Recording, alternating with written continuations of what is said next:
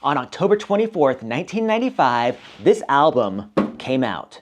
Mellon Collie and the Infinite Sadness by the Smashing Pumpkins. 5 days later, on October 29th, 1995, I would purchase this album at Musicland in Monterey, California. I kept the receipt. I knew it was going to be a monumental day. And I listened to this album for about 2 years straight. And I got to thinking, where is this album cover? The girl on the cover is made up of 2 different paintings, and they're both in London, England. Let's go to London and try and find this cover.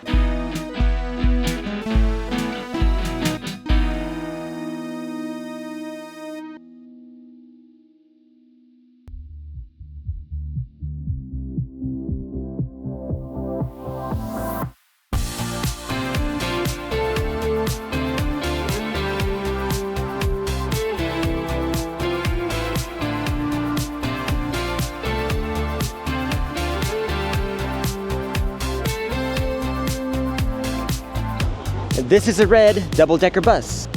That's the Natural History Museum. This is a red British telephone booth. And today is the greatest day I've ever known. I'm in London, England. This is not Universal Studios. This is not a theme park. This is the real deal.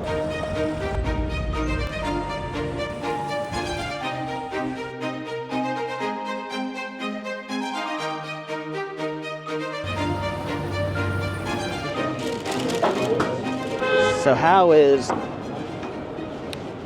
London, England involved in the cover art of one of the greatest double albums of all time? Well, the American artist John Craig specializes in collage work. He went to college for collages. Here's some of John Craig's work, and Smashing Pumpkins frontman Billy Corgan, he liked what he saw and thought that Craig could be a good fit for the album's booklet. So Corgan came up with some simple sketches and outlines for the drawings, faxed them to John Craig. It was the 90s after all. Billy faxed outlines like this one, and Billy Corgan added notes like a poppy field and flowers, sky, a boy with a sheep, a girl holding a heart. John Craig took those rough outlines and ideas and came up with artwork like this. 2 children in a field of poppies, one of them with a sheep, another one holding a heart. There's the sky in the background. John Craig created 4 other pictures for the booklet in this Victorian-era children's book style. Billy must have been very happy with what John was producing, because check this fax out. Billy sent him an outline for the cover. It has a couple of designs. It has the title, Mellon Collie and the Infinite Sadness, and a girl floating in the sky with a star in the background. This second design of a girl floating in a star is very similar to the finished cover.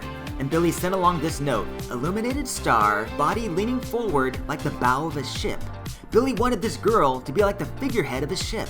And we all know what happened. John Craig took these notes and ideas and came up with this.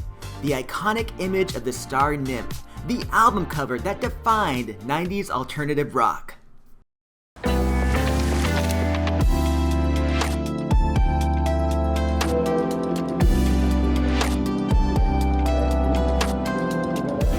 That's the National Gallery. A piece of the cover is inside this museum. Let's go inside and try and find it.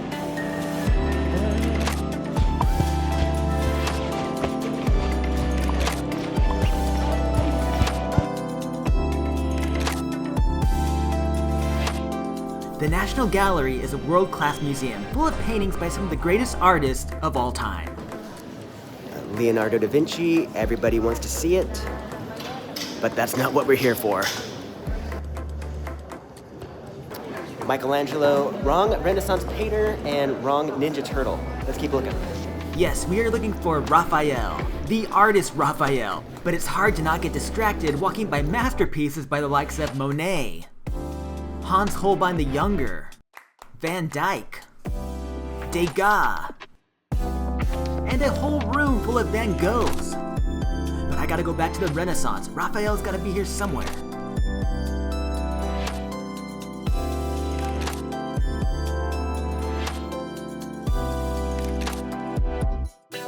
Oh, I think I found it.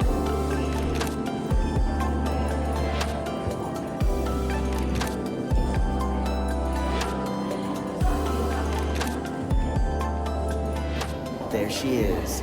Do you see it? Can you make out the cover? This is Saint Catherine of Alexandria. Raphael has painted her looking up as the light from heaven shines down upon her. She's leaning against a wheel, a metaphor to the breaking wheel, or Catherine's wheel, of her martyrdom. She was apparently martyred at the age of 18 for spreading her faith. Raphael painted this in 1507. Shakedown 1507. 472 years later, Billy Corgan would write the Smashing Pumpkins' biggest hit, 1979.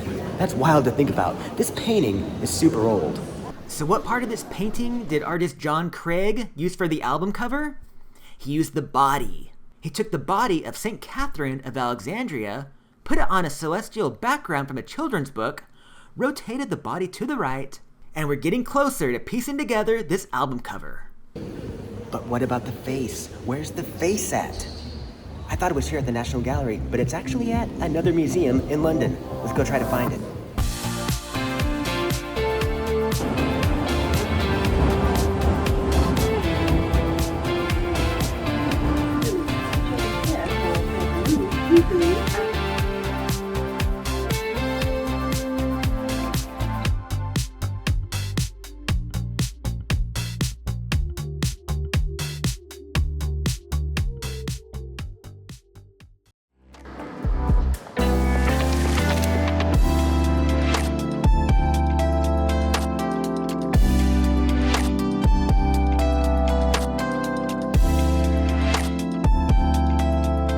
All right, we made it to the Wallace collection. Another piece of the cover is inside this museum.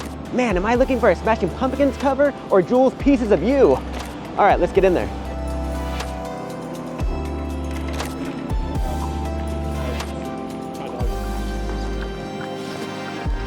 The Wallace collection is a hidden gem in London. Sir Richard Wallace's collection of art, sculpture, and furniture is one of the greatest in the entire world. And after his death, Lady Wallace gave the collection to the public in 1897 so future generations could enjoy art like the Laughing Cavalier, masterpieces by Rembrandt, and Rococo treasures like Jean-Honoré Fragonard's The Swing. But that's not the girl we're looking for. Okay, where is this painting? There are hundreds of paintings here. This is going to be difficult to find. There's also a whole wing here of armory and knights and other artifacts from centuries past. What didn't this guy collect?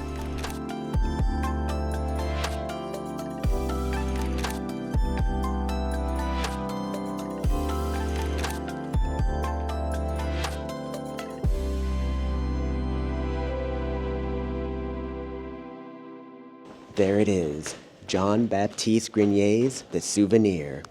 270 years after Raphael painted his body, Grenier painted this face. Sorry, I mispronounced his last name. It's Jean-Baptiste Gros.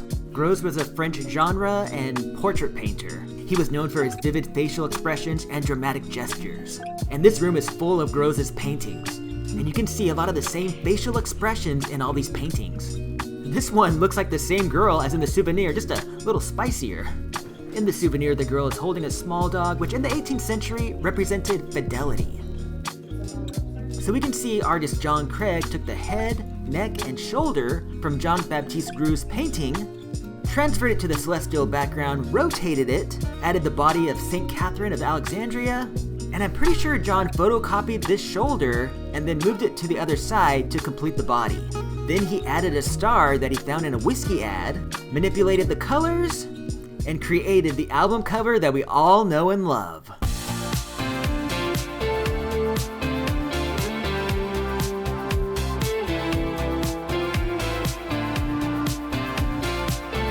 Okay, that was awesome. I don't know who Wallace is or what he did for a living, but that guy collected like no other. That guy has an amazing collection. He was a borderline hoarder. I love that guy. Despite all its rage, it's still just a collection in a cage. Guys, we did it. We pieced together the album cover to one of the greatest double albums of all time. We went to 2 different museums, the National Gallery for the body, the Wallace collection for the face, These two paintings were separated by 270 years. That's one heck of a facelift.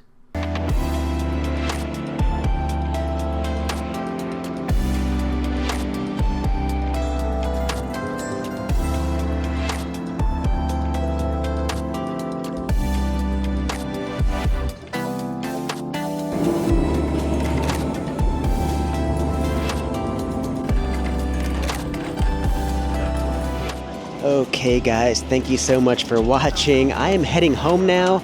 We completed piecing together one of the greatest double albums of all time. I wasn't even trying to make a video. I was on holiday with some friends, but I made a video in the background. I hope you enjoyed it. I'll see you guys next time. Bye.